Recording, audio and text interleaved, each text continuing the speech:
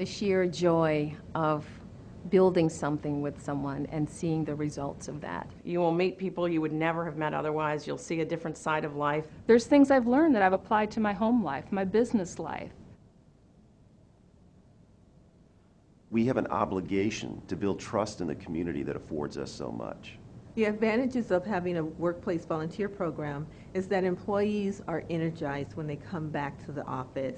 It's a great way to connect with my employees outside of the office. It's very important that businesses support the communities that they do business in, and that those communities are healthy and they thrive. And volunteering is one of the best ways to do that. And you can know at the end of the day, you did something. And you did something to change a life. You did something to change a community. Volunteering isn't always easy, but it's always worth it. The most challenging thing about volunteering is there's so many needs, but only one of you. You see nonprofits and you see community organizers with really limited resources, and that's hard to see. Sometimes you feel like you can't go far enough. You know, the need is always stretching way out in front of you. I think folks don't realize how impactful a little bit of their time can be. I think the biggest thing that stops people from volunteering is fear that they just don't have enough time. My feeling is if you look at the rest of your life and how busy you are, you could say that about lots of things you do. But if you make this a priority in your life, you'll find time for it, and the other things in your life will become much better too. I've tried to find a way to connect my different worlds, my personal life, my business life, my volunteer activities all together. I think once you're there, you don't think about it in terms of time, oh, I'm going to be here for 2 more hours. You think of it in terms of what you're doing. Look at your calendar and be honest with yourself, be honest with the organization, tell them what you can do, and tell them what you can't do. There are organizations that can work with any number of scheduling challenges. We just have to be open to being flexible, to working our schedule around the need.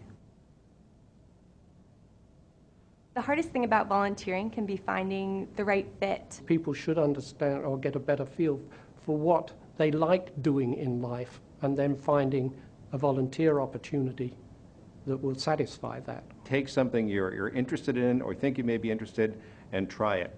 And try it not just once, but try it a couple times. What problems do you see in your community? What do you see that you want to solve? Because I can guarantee you there's someone working on that and they could use your help. There are a million different ways you can make a difference. Pick any one of those and go for it.